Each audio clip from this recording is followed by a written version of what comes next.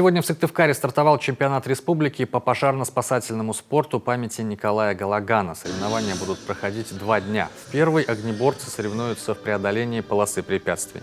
Раньше это назывался пожарный спорт, пожарно-прикладной. Теперь это называется пожарно-спасательный спорт, который позволяет не только совершенствовать свои навыки, но это необходимо для того, чтобы оказывать помощь людям, спасать людей, наших граждан.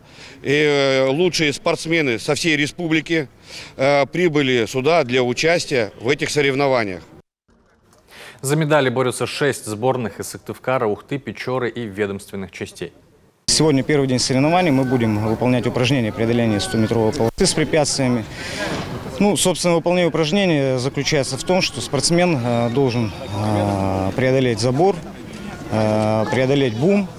При этом он несет с собой напорные пожарорукава, элемент, как в виде элемента, соединить его с трехходовым разветвлением стволом и финишировать без замечаний, без нарушений установленных правил. Завтра спортсменам предстоит состязаться в подъеме по штурмовой лестнице, а также в установке и подъеме по трехколенной выдвижной лестнице. Второй этап соревнований будет проходить на базе учебно-тренировочного комплекса Сыктывкарского учебного центра Федеральной противопожарной службы.